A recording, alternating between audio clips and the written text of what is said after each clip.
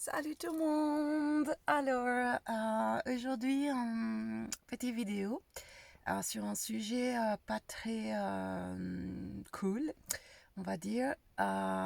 Donc, en fait, hier soir, j'ai regardé deux films et sans savoir le thème, en fait, mais j'avais entendu parler que c'était des. Enfin, surtout un, que c'était un bon film, Scheherazade. Et l'autre, c'était Ma fille. Et en fait, les deux films m'ont donné du coup la motivation pour faire cette vidéo, que ça fait longtemps que j'ai dit que je vais la faire, mais c'est vrai que comme c'est un sujet, donc ce qui est viol, abus sexuels, prostitution, drogue, bon, c'est pas forcément quand on est dans le moment présent qu'on essaye d'être heureux et du coup bon, on évite de repenser à son passé et donc forcément je remets toujours à plus tard cette vidéo, mais là les deux films de suite comme ça vraiment c'est comme un signe pour moi que je me dis qu'il faut que je mette ça à la lumière. Et en fait, pour moi, de parler de ça, de mon expérience là-dedans, et du coup de l'expérience de beaucoup de gens, pour déjà remplir votre cœur de compassion, pour que vous compreniez ce par quoi les prostituées passent, et les drogués, enfin tout ce milieu-là, sans que vous gardiez en image que c'est un choix qu'ils ont fait, c'est leur vie, ils ont le destin, enfin le destin qu'ils décident. Donc oui, c'est vrai, nous avons le choix dans notre vie de ce que nous désirons, mais parfois, donc là, moi, je vais comparer ça à Asperger, en fait, parce que Asperger, selon les individus, il y a des niveaux de chaque individu Asperger n'est pas le même. Il y a des individus Asperger qui vont très bien s'adapter à la société, il y en a qui vont pas du tout s'adapter, il y en a qui vont faire des crises, il y en a qui vont pas en faire, il y en a qui vont être avec des troubles anxieux très élevés, d'autres avec pas du tout de troubles anxieux, il y en a qui vont être dépressifs, d'autres non, il y en a qui vont être bipolaires, d'autres non, il y en a qui vont être schizophrènes, d'autres non, il y en a qui vont être quasiment comme normal, mais qui sont quand même Asperger. Généralement ceux-là, ils se diagnostiquent lorsque leurs enfants sont diagnostiqués, et c'est eux qui se rendent compte que finalement, malgré l'apparence d'avoir eu une vie normale, dans leur, en fait, dans leur manière de voir, de percevoir et de penser, bah, ils étaient en fait Asperger, et ils le camouflaient en fait. Et comme ils ont un niveau d'adaptation très élevé, du coup, ça passe ni vu ni connu. Mais ce que je veux dire, c'est que c'est pareil, les gens qui sont dans les drogues et dans la prostitution, ce sont des individus, donc malgré qu'on puisse dire oui, ils ont le choix, c'est comme un Asperger, c'est pareil. Donc un Asperger, il peut souffrir d'être Asperger parce que par rapport au fait qu'il soit Asperger et qu'il ait des niveaux. Donc généralement, c'est les Asperger qui sont très compatissants, très empathes, très sensibles, en hyper. Hein, c'est hyper sensible, hyper empathe, hyper compatissant, hyper anxieux, hyper dépressif. Du coup, ces individus-là, ils vont quand même avoir une adaptation beaucoup plus difficile et une souffrance beaucoup plus grande que les autres Asperger qui sont avec ces niveaux d'émotion-là moins élevés. Mais ils ont quand même le choix, puisque moi j'étais diagnostiquée bipolaire, qui est une comorbidité de l'Asperger. On a le choix, lorsque on nous dit vous êtes bipolaire, bah, d'en faire une vérité pour toute sa vie, irréversible, et qu'on se condamne nous-mêmes à croire un spécialiste qui nous dit qu'on va devoir prendre de lithium, par exemple, pour toute sa vie. Excusez-moi, c'est donc, on a le choix de croire, on a le choix de faire une autre expérience et d'essayer de se guérir d'une autre manière, comme moi je l'ai fait avec la méditation. Donc, pour en revenir aux gens qui sont dans la drogue et dans les viols et l'alcool et toutes les addictions horribles dans lesquelles on se détruit, où on se manque de respect et après, bien sûr, on manque aussi aux autres de respect, puisqu'on d'abord, on se manque de respect à soi, donc on ne peut pas donner aux autres ce qu'on n'a pas pour soi. Et donc, les gens qui sont dans la prostitution, les femmes notamment, mais aussi des hommes souvent avec des souffrances énormes. Derrière ça, les hommes qui se prostituent, généralement, ils sont homosexuels, transsexuels, enfin tout ce qui est atypicité sexuelle, et avec beaucoup d'abus dans leur enfance sexuelle, psychologique. Donc, toutes ces personnes qui nous faisons autant de mal à nous-mêmes et qui, du coup, comme nous faisons du mal, nous ne pouvons pas faire de bien autour de nous, ça c'est sûr. Donc en fait, pour les autres qui sont dans un monde normal, pour vous qui regardez la vidéo, ou pour vous qui êtes dans ce monde-là, de vous faire du mal et du coup, ou d'avoir des autres personnes qui se font du mal, derrière tout ça, il y a une souffrance énorme, un passé, un traumatisme, des traumatismes, pas qu'un, généralement. Et on a perdu tout respect de nous, en fait, complètement, quoi. Donc, les 2 films que j'ai regardés hier, c'était sur ça, sur la prostitution. Donc, par contre, les 2 films ne traitaient en aucun cas des traumatismes d'avant la prostitution qui faisaient que les 2 jeunes filles en rôle principal étaient prostituées, étaient devenues prostituées. Mais par ma propre expérience, je sais que ces 2 jeunes demoiselles qui avaient décidé de prendre ce chemin de prostitution pour gagner de l'argent parce qu'elles n'avaient à ce moment-là, je dirais, pas d'autre choix. Parce que oui, on a toujours le choix, mais parfois, on est obligé de passer par des choses comme ça pour faire un autre choix, en fait. C'est ça qui est incroyable, parce que justement, on a été violés avant ça. Donc il y a beaucoup de femmes qui subissent des viols avant leur âge de 7 ans, et des hommes aussi, hein, pas que les femmes. Nous venons des guerres, et dans les guerres, il y a eu beaucoup de viols, et il y a eu beaucoup de nos grands-mères qui ont été violées par des soldats, des camps opposés, et comme c'était très tabou et tout ça, le viol, beaucoup d'enfants sont nés de mères violées par les camps opposés. Donc forcément, vous imaginez la répercussion que ça a sur l'enfant qui naît, du coup qui lui après refait un enfant, et enfin donc là, parce qu'il y a quand même eu 2 grosses guerres, donc là on parle des arrière-grand-mères et des grands-mères. Donc en gros, les gens de ma génération, on est quasiment sûr que nos grands-mères, elles ont pratiquement toutes été violées. Enfin, si c'est pas nos grands-mères, c'est des grands-pères qui ont aussi subi des subisses pendant les guerres et tout ça. Donc on vient de ça, on vient du mal, en fait, à cause de ces guerres-là que les gouvernements nous ont mis sur la conscience et sur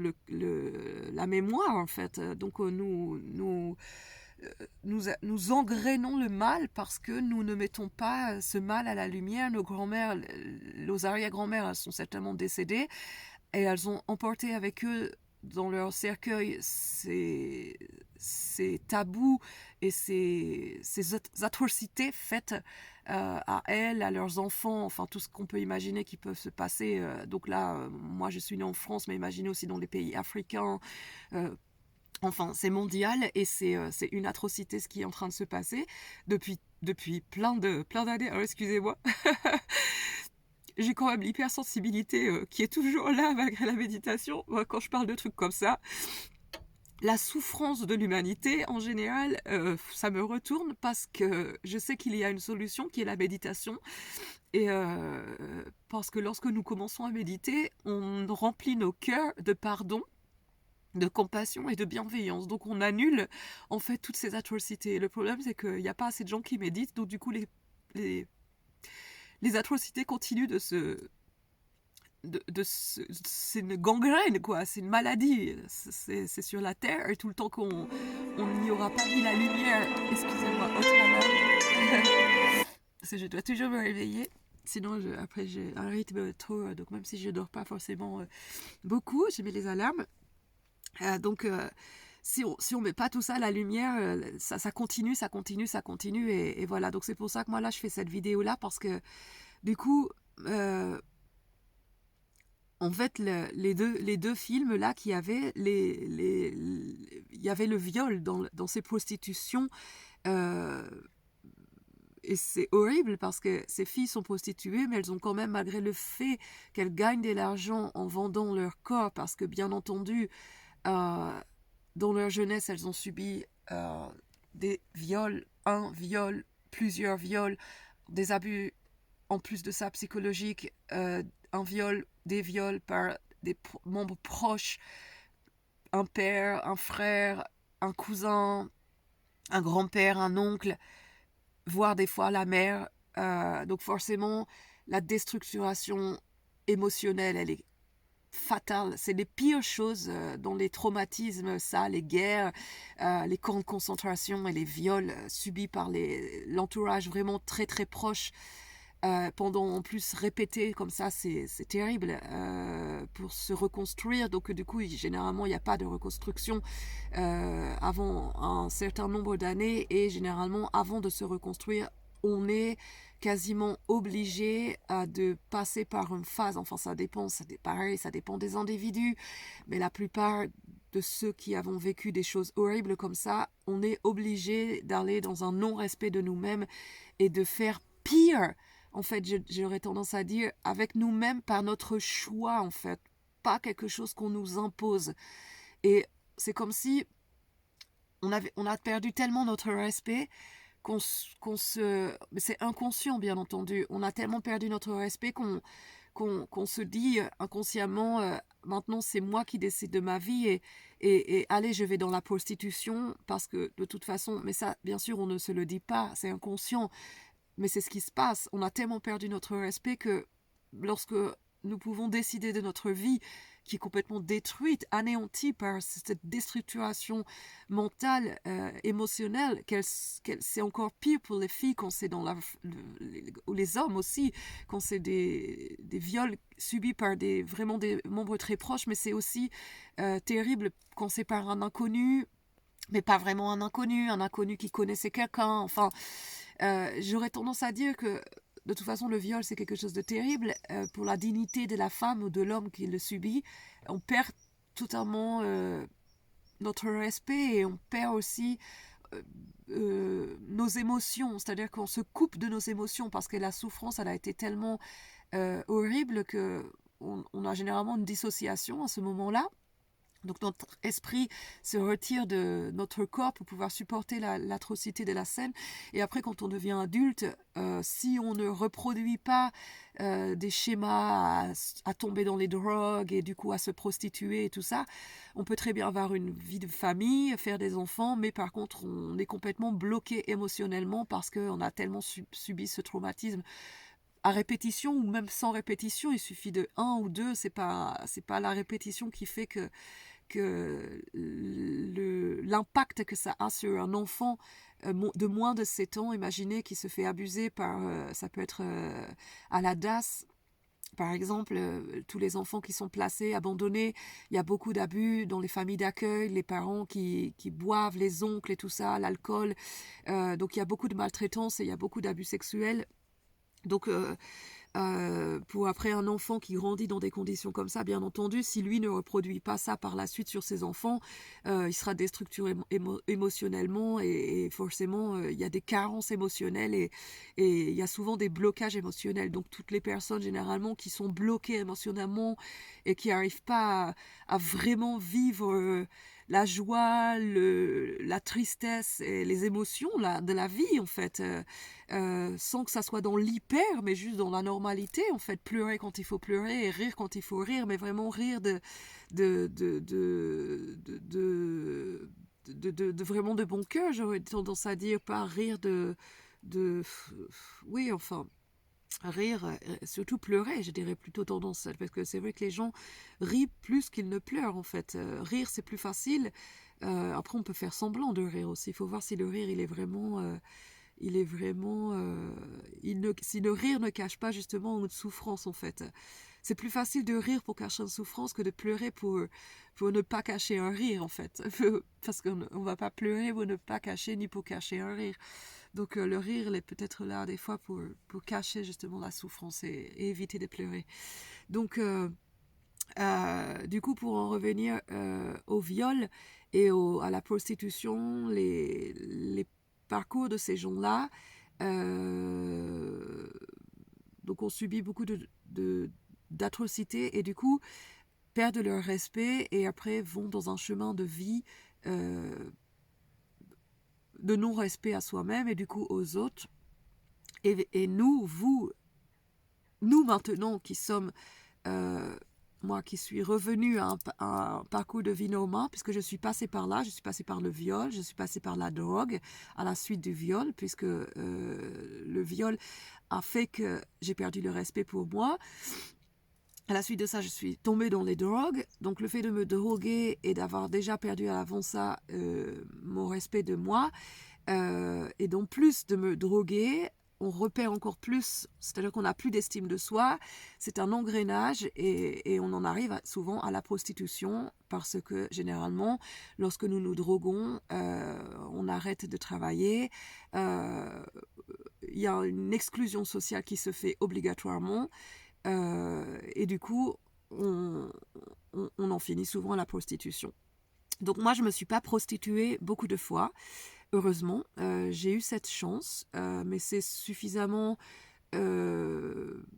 ancré en moi pour avoir de la compassion énorme pour toutes les femmes et les hommes qui se prostituent et pour essayer de vous mettre ça dans votre cœur, de changer votre vision, de votre regard sur les gens qui pratiquent ces choses-là parce que derrière tout ça, il y a une atrocité, une souffrance, des traumatismes et une incapacité à ce moment-là à faire autre chose que de perpétuer le mal. Et nous, en tant qu'êtres conscients qui ne sommes pas, moi qui suis passée par là, mais qui suis maintenant là où je suis saine de corps, d'esprit, à me respecter et donc à respecter les autres, il n'y a que nous qui puissions mettre de la lumière dans tout ça sans porter de jugement et juste en comprenant que derrière tout ça, il y a une souffrance énorme, des traumatismes et qu'il n'y a que nous qui puissions mettre de la lumière et de l'amour et du respect à ces personnes qui l'ont perdu en fait. Pourquoi je fais cette vidéo? C'est vraiment pour mettre à la lumière le mal. Parce que je sais que la vidéo ira sur YouTube et c'est comme un symbole, c'est planétaire du coup, et je crois que si toutes les personnes qui sont passées par là pouvions faire ce que je fais, nous participerions à contribuer à que tout ça parte à la lumière et ça lave en fait, ça lave et ça aide, en fait on se rend pas compte de l'impact qu'on a soi-même pour le reste de l'humanité. Dans la théorie bouddhiste, on dit qu'un battement d'aile d'un papillon peut provoquer un tsunami à l'autre bout de la planète. Donc, on ne se rend pas compte, en fait. Et moi, je sais que je crois en tout ça, qu'un humain plus un humain, plus un humain. La théorie du colibri aussi, qui est le feu, et que le petit colibri, il éteint avec ses petites gouttes d'eau, et les autres lui disent, mais qu'est-ce que tu fais avec ta petite goutte d'eau? Et il dit, mais c'est bon, on faisait tout ça, nous allons éteindre le feu, donc nous sommes tous des petits colibris, nous sommes tous des papillons, et notre battement d'aile peut provoquer bien plus que ce que nous croyons, ce que nous pouvons imaginer. Donc, comme je sais, et comme je sais également ma transformation, je l'expérimente, je sais par quoi je suis passée, et je sais où je suis maintenant, et je vois les résultats de ce que provoque la méditation, et ce que aussi provoque l'estime de soi, de reprendre l'estime de soi et de se dire un jour, allez, j'ai le droit d'être heureux et malgré tout ce que j'ai pu faire et tout ce que j'ai pu me faire, tout ce que j'ai autorisé à qu'on me fasse et tout ce que j'ai pu voir et participer, parce que quand on est dans ce monde de drogue, quand on est dans ce monde d'alcool, quand on est dans ce monde de prostitution, on voit des choses horribles et j'ai le droit d'avoir, malgré le passé que j'ai eu, un présent heureux, et j'ai le droit d'être respectée dans mon identité de femme, tout comme ces prostituées Donc là, hier, le film, les deux films, notamment Sherazade, c'était en fait ça, qu'une prostituée se fait violer, en fait. Donc, vous imaginez ce que ça fait d'aller au tribunal en tant que prostituée et de porter plainte contre viol pour viol et en étant une prostituée. Enfin, vous imaginez la chose. Donc, dans le film... c'est le garçon qui est en fait amoureux de la prostituée, il est aussi son Mac, et en fait il va finalement témoigner contre ceux qui l'ont violé, parce que ce sont les Macs en fait, et du coup lui pour soutenir sa copine, parce qu'il l'aime, c'est son Mac mais il l'aime, et lui c'est pareil en fait, finalement dans le film il ne se prostitue pas, mais il a une vie tellement chaotique, qu'il a fait de la prison, foyer, enfin du coup souvent ces jeunes là ils se retrouvent que ils font des trucs tellement horribles parce qu'ils ont perdu le respect d'eux-mêmes, et du coup lui il aime sa copine mais il participe à qu'elle se prostitue, il l'accompagne souvent quand elle a plusieurs euh, clients en même temps pour la protéger. Et donc vous imaginez ce que c'est que d'aimer quelqu'un et de la voir à chaque fois devoir se prostituer pour avoir de l'argent, parce à ce moment-là ils sortent de prison, ils sortent de foyer, elle a, enfin ils n'ont pas d'autre choix à ce moment-là. S'ils font ça, c'est que c'est le choix c'est plus le choix est plus, elle est plus fort que tout, je dirais le mal est plus fort que tout, le mal a pris le dessus. Et il ne faut pas croire que les gens qui nous prostituons et qui nous droguons et qui aussi, enfin, qui sommes macs et qui sommes violeurs, c'est ça qui est incroyable. C'est que quand on médite, après, on arrive à voir la lumière dans toute cette atrocité et se dire, même la pire des personnes, elle a un cœur. Et derrière toute cette atrocité, même Hitler, c'est ça qui est incroyable. Alors oui, là, tu tué 6 millions de personnes. Ben oui, mais son père était un tortionnaire, donc je ne veux pas pardonner Hitler. Mais qu'est-ce que vous voulez que je vous dise? Je suis dans un chemin spirituel et on doit pardonner à tout le monde. Je ne peux pas pardonner à tout le monde, sauf à ceux qui m'ont violé, sauf à ceux qui ont participé à, par exemple, accepter que je prenne... Moi, j'ai pas eu d'argent quand je me suis prostituée, j'ai eu de la cocaïne en échange. J'avais pas d'argent pour me droguer et j'étais tellement dépendante que j'ai dû vendre mon corps pour, pour pouvoir avoir ma dose de cocaïne. Je ne l'ai pas fait beaucoup, je l'ai fait 4 fois. Et heureusement, mon Dieu, parce que j'avais déjà subi assez de traumatisme de par mon viol et mes viols. Je vous ferai une autre vidéo sur la conséquence que ce viol-là, le premier, il a eu sur moi, l'impact que ça a eu, déjà les drogues, et puis après de perdre complètement toute l'estime de moi, et du coup, bon, c'est 4 fois que je me suis prostituée pour avoir de la cocaïne, et puis après l'engrenage de me faire encore abuser et encore abuser, d'avoir des pervers narcissiques et toujours maltraiter, abuser sexuellement, notamment, énormément, et puis aussi psychologiquement. Donc, oui, moi j'en suis arrivée à... De toute façon, si j'avais pas eu le pardon dans ma vie, du coup, je pense que le pardon, c'est ce qui amène à la résilience.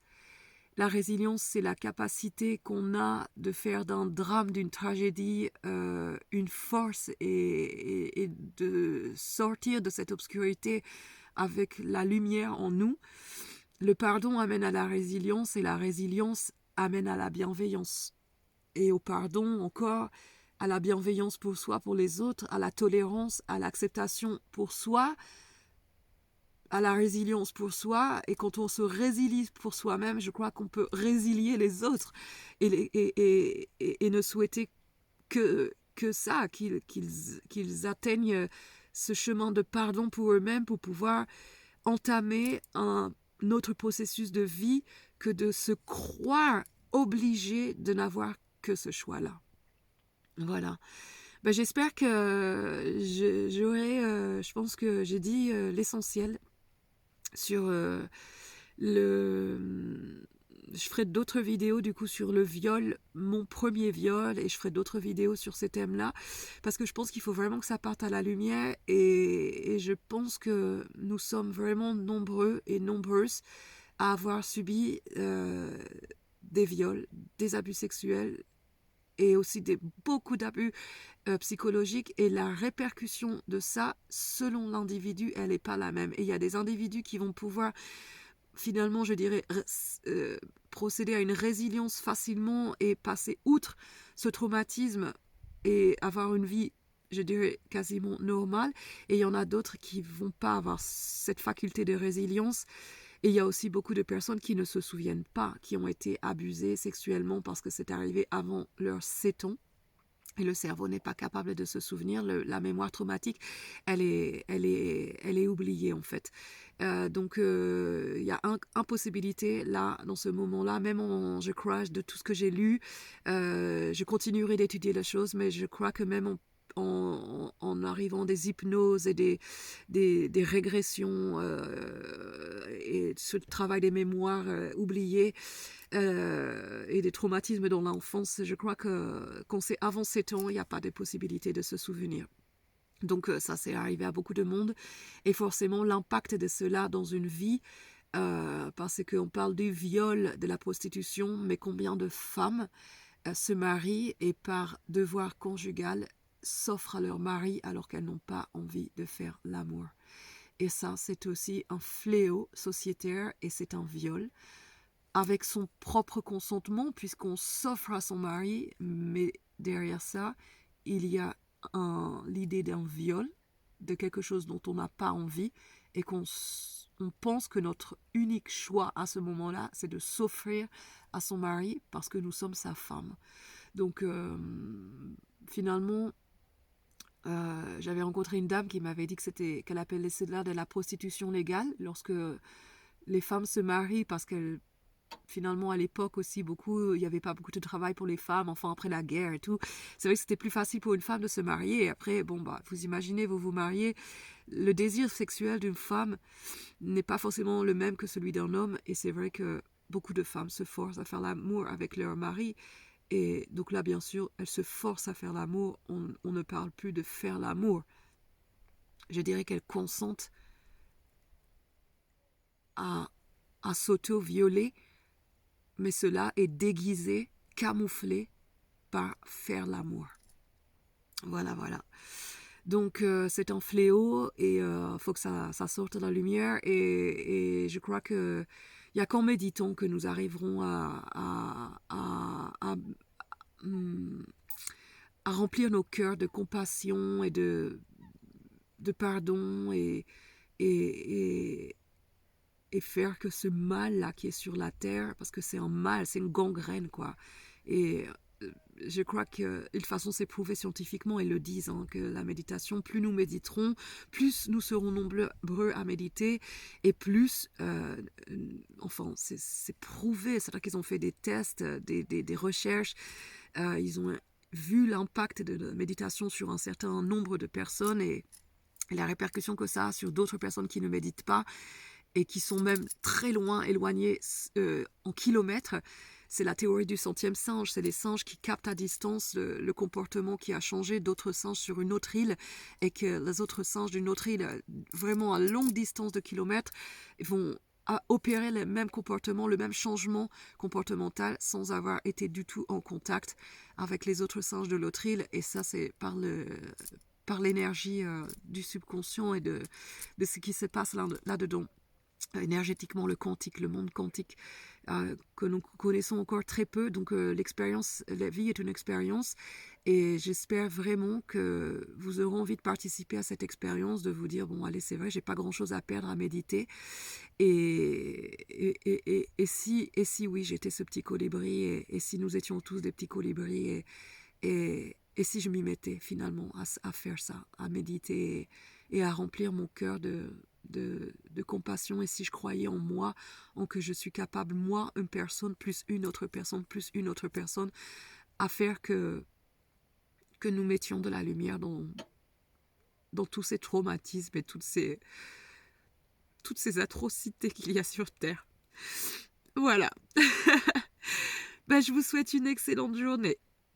Soyez heureux, parce que nous avons beaucoup de chance. Vraiment, dans notre présent, n'oubliez pas que On a vraiment énormément de chance.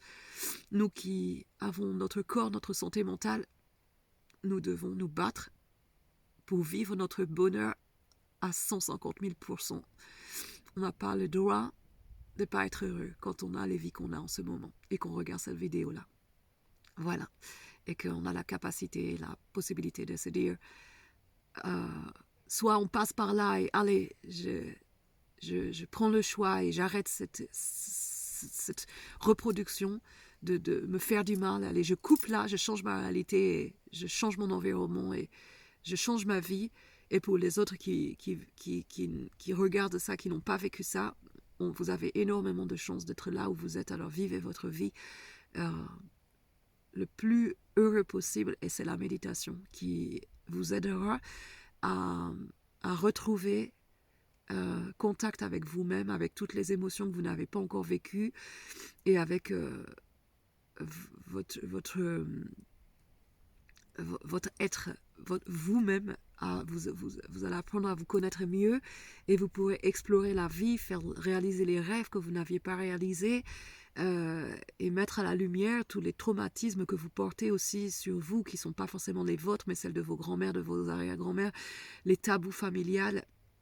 Et il n'y a que nous, êtres de lumière, qui regardons cette vidéo, êtres de conscience, j'aurais tendance à dire, qui puissions faire ce pas de croire en une humanité meilleure et que nous avons un rôle à jouer là-dedans et ce rôle passe par la méditation. Et ça, c'est pas moi qui le dis, ce sont tous ces théoriciens, des neuropraticiens, des neuropsychologues qui ont fait tous, les bouddhistes, tous la même remarque toujours, c'est la méditation. La méditation, et en passant par là et en l'expérimentant moi, je vois qui je suis comparé à ce que j'ai été, l'obscurité dans laquelle j'ai été et la lumière dans laquelle je suis maintenant. Si ça me fait cet effet-là avec tout ce que j'avais à laver et à nettoyer, imaginez-vous qui n'avez pas forcément autant de drames chaotiques dans votre propre vie, mais comme je vous dis, vous portez les karmas de l'humanité, de votre famille, de nos grands-pères et de nos grands-mères et de nos grands-pères. Mais imaginez l'effet que ça aura sur votre cœur et sur votre vie, l'impact bénéfique de cette oxygénation à vivre votre vie pleinement heureux. Vous n'avez pas le droit de ne pas être heureux à 300 000%. Vraiment, c'est un droit à votre naissance et vous devez vous battre pour ça. Et si vous croyez que vous avez tout ce que vous voulez, et oui, vous avez tout ce que vous voulez, mais il y a quelque chose qui vous manque, c'est la méditation. Voilà, j'espère que je vous aurai convaincu et que j'aurai rempli votre cœur de bienveillance et de conscience. Voilà. Je vous souhaite le meilleur. Salut, à la prochaine. Ciao.